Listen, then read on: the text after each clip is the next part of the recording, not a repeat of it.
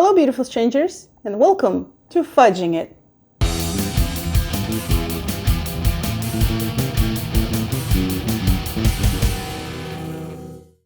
Today I realized that I haven't done any kind of experimental cooking, fudging video in a while.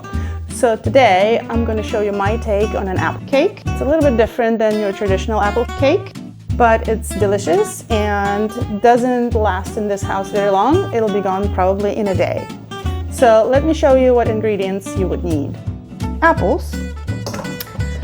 This is dairy-free cake, so I'm using Earth Balance pretend butter, I call it. You need it for buttering your round pan. I use a spring form because it's easier to get my cake out of it later. Then you also would need a measuring spoon. This is a 1/4 teaspoon because I lost my 1/2 teaspoon, but this will work.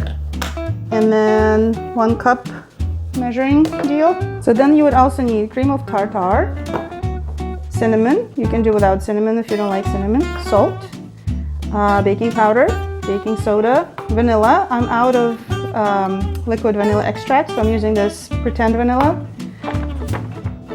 Bob's Red Mill gluten-free flour. It's you can use regular flour, but I found that it comes out much lighter with this one. And sugar. And you also need 4 large eggs.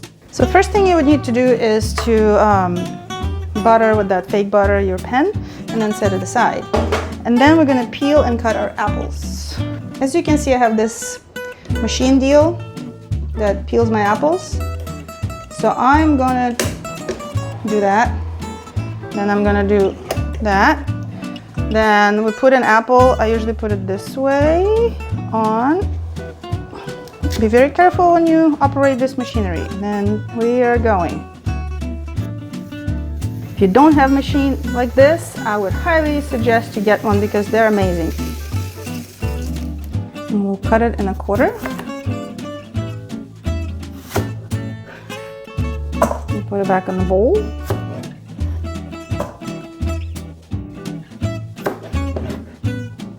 And you continue doing that for all the apples. Our apples are done. And you can sprinkle your cinnamon on them now. So let's do that. I'm gonna sprinkle just a little bit. So they're all covered in cinnamon. Here we go. Here's our apples. Put them aside. And now we're gonna separate our eggs. Don't let the yolk get into the whites. Sometimes they recommend using eggs at room temperature. I use them cold straight from the fridge and it just works fine for me. Now here's my mixer. Beat my eggs and we're beating. While the mixer is beating the eggs, we are going to add cream of tartar to our eggs. We're also going to add salt. At this point you can also use vanilla if you're using dry vanilla. If you're using a liquid vanilla, then you please wait and add it towards the end when we're adding the yolks. I'm using 1/4 teaspoon in there and let it beat. Look, it's foaming up already.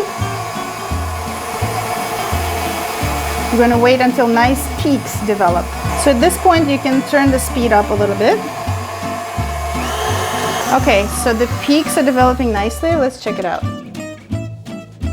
Ooh, look at that, beautiful. So now we're gonna add our sugar. Put it on slow speed. And we're gonna add our white sugar, a cup of white sugar roughly. Make sure it's sugar, not salt. That happened to me before. Oops. We'll say this is a cup of sugar because, you know, I'm not that concerned that it's a little more or a little less. Okay, there we go. Speed it up and wait for the peaks to develop. Let's do the overhead test. This is beautiful. Look at that. Oh my goodness, I'm afraid. Please. Don't flop on me. I think we're good. Perfect.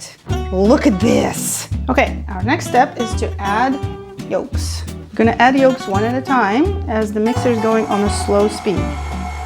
So here we go. 1, and the peaks will disappear, and that's all right. And add 2, 3, kind of, and the last one. While it's mixing, let's prepare our dry ingredients. For your dry ingredients, you will need 1 cup of, I'm using gluten-free flour. You can use regular flour, as I mentioned before. Yeah, I know you're supposed to like scrape it with a knife. I never do, so remember, this channel is not called, let's be accurate, the channel is called fudging it, so total fudging it.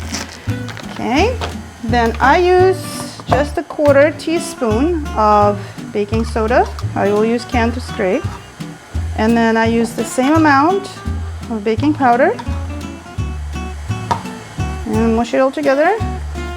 So let's add it to our wet ingredient. So this looks delicious.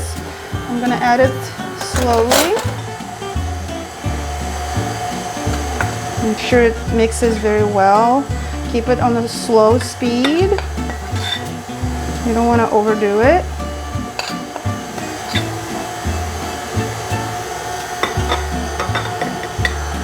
Ooh, excuse me. Okay. So once it's all combined, we're gonna add our apples and pour it in our form. All right, I think this looks good. The trick with this is that you don't want to overbeat it, because then you'll lose the bubbles and you lose the fluffiness of the cake. So just enough where it's all combined. So then with my spatula, I'm just going to scrape the sides. Make sure all the ingredients are combined. And now I'm going to add apples straight into that. All that appley cinnamon goodness. If you wanted apples a little bit tartar, you can use tart apples, or you can add a little bit of lemon juice to them. And then just mix. And I know different people do it different ways because there's so many variations on this recipe. This is my way, my grandma used to make. So I do it that way. Now we're going to pour it into our form. Okay, and spread it evenly. And my oven is preheating to 375. The other thing, the fun thing you can do with this is sprinkle some cinnamon sugar or regular sugar on top of it. So what I'm actually going to do is use unbleached sugar to put on top of my cake. So I just sprinkle all over. If you want to sprinkle cinnamon, you can, but I'm not going to today. Our cake is ready to go into the oven. So here's my cake. I just took it out from the oven. I checked it with my knife on the inside and it came out clean. So the cake is ready. I'm going to let it cool off completely. Then I'm going to take it out of the form and sprinkle it with powdered sugar. And then I'll cut it and you'll see what it looks like on the inside.